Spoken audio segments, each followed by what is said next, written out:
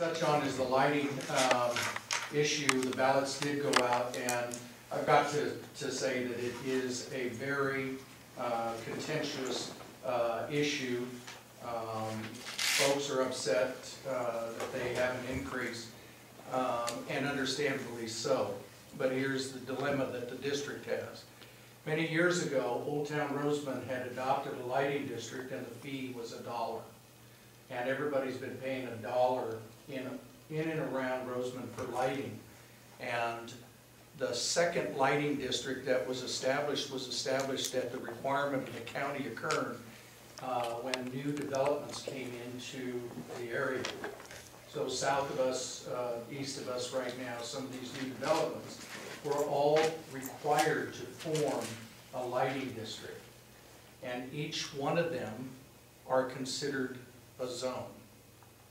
Now, a zone is a tract of homes or a plot of homes, and when they built those, they had X amount of lights in them, and the cost of them, the total cost to operate that, was shared by the number of people in these various zones. Over the years, the increases of electricity, and in the last 10 years, we've had a 14% increase in electricity in 1 year alone. And those have been mounting up and eating away at any revenues available to pay for the lighting. We've gotten to a point where we're not bringing in enough revenue to operate the lighting. Now, that's why this is going out. It's an opportunity now to put everybody in zones, clump people together so that the amounts are representative of the area of benefit, and that's what's being done. It's being done by law. We're required to be transparent, to take it to the people, to hold advisory meetings, and advise them of what's going on. It's their opportunity through this vote, whether or not they want to vote for the lights or not vote for the lights is totally up to them. That's not up to the Rosamond Community Services District. And I might add, the RCSD is only the bill collector for the lights. Southern California Edison owns the lights, and they maintain the lights. They do everything in regard to that, and we collect the fee on behalf of Southern California Edison, as required by law. When there's a district formed, it becomes our default position to do that. So what it is the RCSD is an enterprise agency. That means water, sewer is how we generate our revenue. And with the lighting, if it's lacking, we have to make a move to make it right, to have sufficient revenues. And that's what this vote is doing. So it's a little bit more technical in that, because there's probably questions of, well, I live in a zone, how many people are in the zone, how many lights are in my zone, and how much does that lighting cost? So, yeah, you got one too. My mother-in-law's not voting for it. Do we know what the lights cost us? No, not right now, and I've got to, that's part of my report. As part of my report, I'm going to tell you. Yes, we do know, but I don't know. I don't personally know. The engineer's report hasn't got to me yet. I called them and said, how can you send this out without giving me an engineering report so I can answer the questions that are going to be asked of me?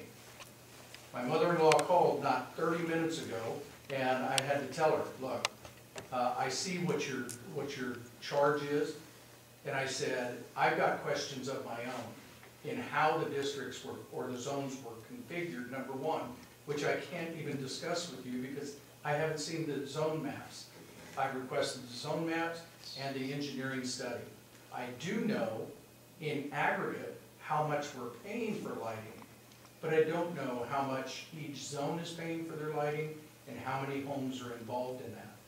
but I'll get that. I told them I wanted it either by end of work today or by tomorrow, so I can answer some of those questions. And that's a difficulty that I have with going through this process. Shirley had said at one meeting when they were trying to pin her down, she said she could guess anywhere from $60 to $80 a year is what her guess would be. And everybody that got a ballot has a number on the cost. And most people want to know, okay, how did you get to my cost? How much are we paying for the lights? How many lights are in my zone? How many homes are in my zone? Those are the things that I think is a very valid question. That's the question I asked her. I said, how do I intelligently discuss this with people coming to the counter or calling me if I don't have the information? How can we not, or how can we on a ballot say that the engineering report is available at the Rosamond Community Service District when in fact I don't have it? So I was kind of disappointed in trying to get that report. My point is, we have two lights at the church. One of them's higher wattage than the other one. I know exactly what we pay for both of them. I can tell you exactly what we pay for them. And it's less than $10 a month. It's 9. Yeah. Okay, can I add a thought to this? Because the gentleman at the county Monday when I was here, he was here and he asked about the, on top of his ballot, it had $54.91, I believe it was. And he asked some questions. I shared thoughts with him. There's information that you had at the front counter, but I think what I explained to him, his impression was that the money was coming to the district. And I think that's what we have to make sure people know. That's not money coming to us, number one. And then number two, he says, well, which one is the vote? I guess the letter was kind of confusing because the question he asked me was, which one do I vote no? Which one is the vote no for no lighting? Like is a yes, does a yes mean no, it's not want the lighting? I said, here's what you do. Here's the letter. I gave him her name. I said, she can explain the dynamics of it to you. I said, we're going to have a workshop, aren't we having a workshop? I said, come to the workshop now. The irony of it, you probably won't show up at the workshop, just like a lot of the other folks will, but we need to stay on top of this and keep pounding that rock to get people there, because I don't want people to say yes when they want to say no. The lights wind up going out, and they're over here on us here. And we have to ensure that people know that that's an Edison issue. We were just collecting the money for Edison, but that's ultimately an Edison issue. And then some of these communities, $1, which is on my bill for $1, that's the best bargain in the free world. Well, we know that's a false hope there. So maybe we need to ensure that folks know that we're just a front person to collect for Edison. Edison's, that's directly to them, number one, and number two, so they understand the voting, what it does or does not mean. Because the gentleman at the counter there, he was fairly confused about if he votes yes, does yes mean I don't want the light, or does yes mean I want the light? So he had the form, I gave him the handout, I says come to the workshop, and we'll try to clear up some of the mystery for you. And that way maybe collectively between Shirley, and she's going to be at the MAC meeting, correct, next week? Yes. Okay, did you said that already, didn't you say she'd be there? No, I probably didn't yet. Okay. I think no means no, doesn't it? No means no, and yes means yes. And you know, like our street, you tell about your mother-in-law, there's only 2 lights on that street. I know. Look how many houses, apartments there. I know. And I think, what is ours going to be? Yours is going to be $68. Yeah, for 2 That's lights. $5.66 a month. And I looked at that. I'm not sure how that is, how you consider that a benefit when there's not a light. She doesn't have a light anywhere close to You it. can't blame her. Well, let me ask you a question, Steve. We discussed about having Shirley come out. What's the chances of us getting a representative from Edison out to explain their side of it?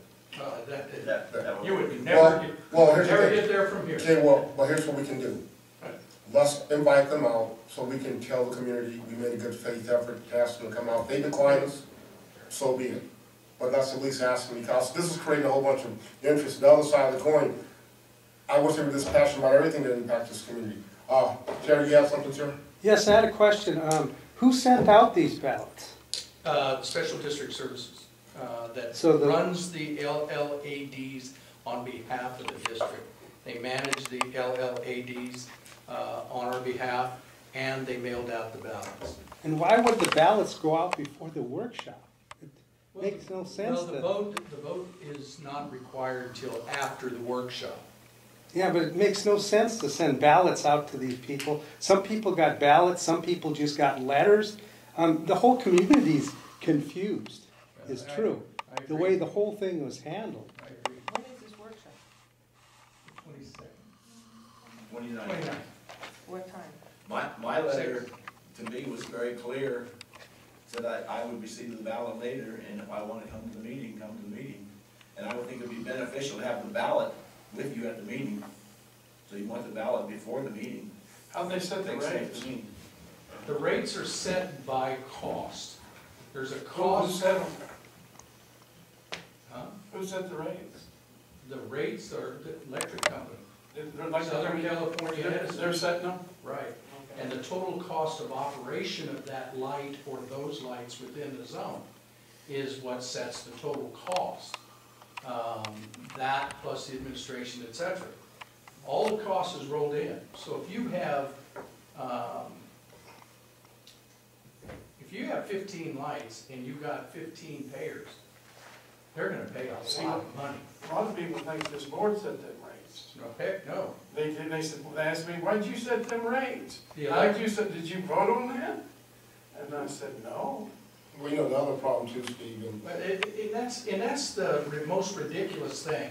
Everything that is done in the county of Kern, in the state of California, for power is done by the utilities. PUC, but you gotta remember too, Steve, Yeah. a lot of people in here, they get bits and pieces of information and they go to one-way sources. That's why I want us to push the information out to them, because the gentleman at the grocery store told me this: why am I gonna have to pay this much? I explained to him, he says, oh, who's getting the money? He thought we were getting the money, and that's the problem, people get misinformation, so maybe we need to just do a campaign of constantly reinforcing the good information. Now, why the ballots, what it did, went out that way, that part I don't know. However, what we control is providing good information in a timely manner. And like the gentleman that was at the counter and the guy at the grocery store there, a lot of the people in the community, they go to certain pockets to get their information. And maybe they feel, like I said, you know, tonight, this is another important issue, just like putting the rates on the sewer bill, putting the hangers on the doors, all these things. People come when they get upset about them, but when we're discussing them, the rates study, when we discuss them, no one shows up. It's when they feel what they believe is an impact, they all show with a slighted position. So perhaps we need to constantly work at pushing good information out. And the problem that we run into as board members and you, they think Alfred set the rate. He's been here 6 months and they're blaming him for a number that we don't even know where it came from. But perhaps we need to constantly work to ensure that people are getting good information in that little selective group that's no bitten pieces, because I'm convinced that there's some dynamics where folks do not want us to succeed in helping the community. And we can't control it, but what we can control is ensuring that good information gets into the right hands to make a good value decision.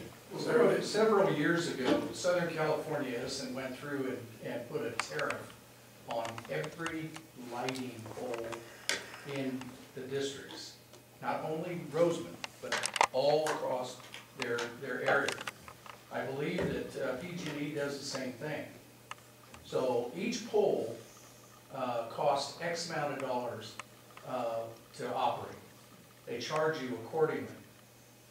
In the 1 month in last year, the bills were pretty close, within a couple dollars of one another each month. And that could have been because we had a few lights go off and they weren't consuming the exact amount of power.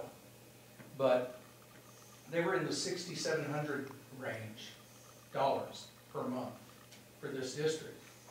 And if we're not collecting enough money, it's going in the hole quick.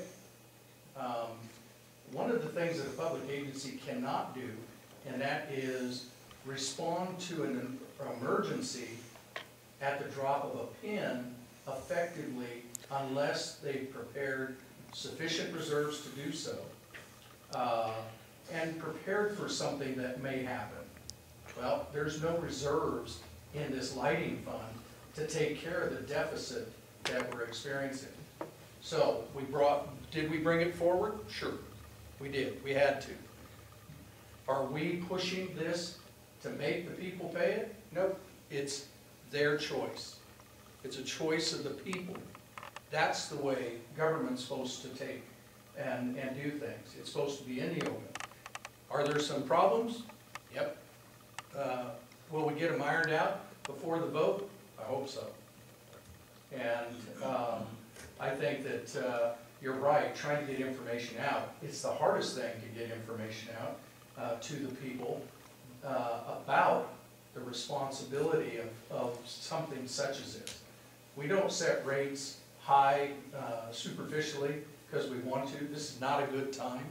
Seniors can't afford more and more bumps, but we're not controlling a lot of the regulatory environment, a lot of the costs that are coming down from other agencies that are passed through us. The cost of water is going up.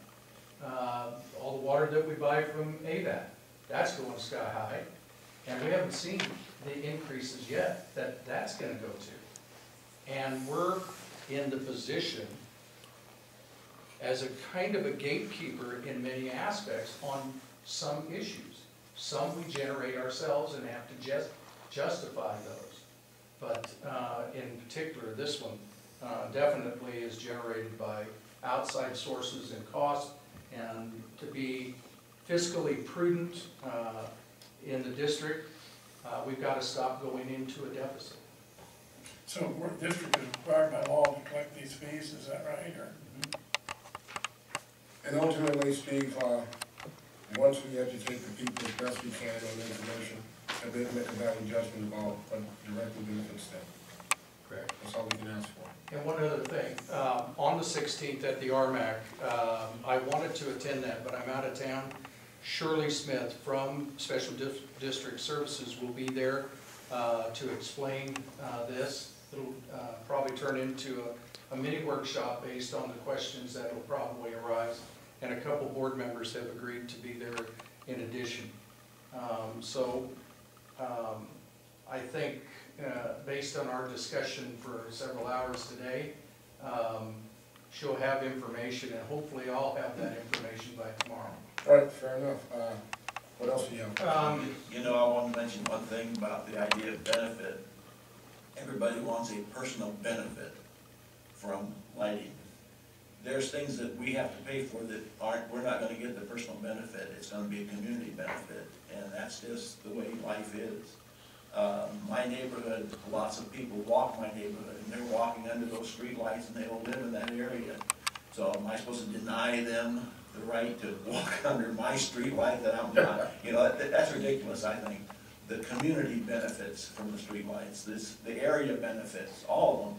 Even if you're far down at the end, you're still driving down that street, and you're going to benefit from the lights on the way to your home, even though there's one not in front of your home. I don't think they think that way. Your mother-in-law probably don't think that way. But that's the way they should think. That's my point. And if they don't want it, then don't vote for it, and your area will go dark. It's that simple. Hers is already dark. Yeah. Well, but we had that discussion, and the $1 that's on the water bill currently will stay. It's proposed to stay. The reason for that is we have arterial lighting along Rosamond Boulevard and Street, along our arterials, that no one's paying for currently. The district has to pay for that. So what we're going to do is leave the dollar on. Everybody out there is paying that dollar, and that will pay for the arterials. So we'll have that revenue that's coming in, and this new fee for your particular zone. And what would the residents say? Businesses should pay for that. That's exactly what residents would say. Businesses should be paying for that. You know, it's everybody else says everybody else should pay for it. Lighting is a safety issue. It's not as much a business because 90% of your businesses are closed when it's dark. They go down, so it would be arguable about that. No, that's what residents would say. Yeah. Well, those areas are business areas, so they should pay for it. Some people don't want lighting too. Well, you know what, Steve, here's why I look at all this here. We have paramedic services out here, we have the sheriff's department, we have the fire department. And if you would told me to break out my bill, of course that's covered under a different tax, but, you know, we pay for those, and in 21 years, I've been very fortunate not to have the fire department or the paramedic service. on the police service, but we still have them. So I think once we educate the folks on them, we can see what we can, they'll understand, they can make a decision. If they choose to go dark, again, that's a choice. And you know what, the thing that I see now is that half this community wants to stay in pre-1900s, another half wants to move to the future. There's a balance. Where the balance is, I don't know. Hopefully we can help them get there. But ultimately, at the end of the day, their decision rules, the majority vote rules, and whatever they decide to do, we'll support them either way, one way or the other. I just hope after the fact, they don't decide to, oops, that wasn't a good decision, because I don't know what the repercussions from that would be either. If many of you understand what the utilities are under as far as having to go to green power a certain percentage by a certain year. One thing I do understand, and that's electricity and lighting fixtures. And LED today on streetlights can save between 60 and 70% of the power consumption. But check this out. Southern California Edison developed a tariff on a pole that you put an LED light on that is higher than an incandescent light that's out there today. They're covering for the Tell me, savings. yeah, They're covering for they're the losing the power sale, so they cover it within the tariff. So for us to demand that we put LEDs out here and save a whole bunch of power to save our district residents money would cost us more because of the tariff for LEDs. So it would defeat the purpose of trying to be a good steward and save power. And that's really strange, because they have these programs like over Carl's and Mojave. They come in there, well, me and another guy did it, but they went from T12s to T8s, and they paid for everything. Yeah, and that's an incandescent light, and the drop on those, although it was saving some power, on the peak side, it wasn't saving enough, not the percentage that LED would do. No, not at all. Maybe 30%, and half of what LEDs, or more. And they paid for that. Yeah. Well, There's, we could handle this all day long, but for the sake of moving the meeting forward, Steve, it seems like you have hands on what's going on. We have the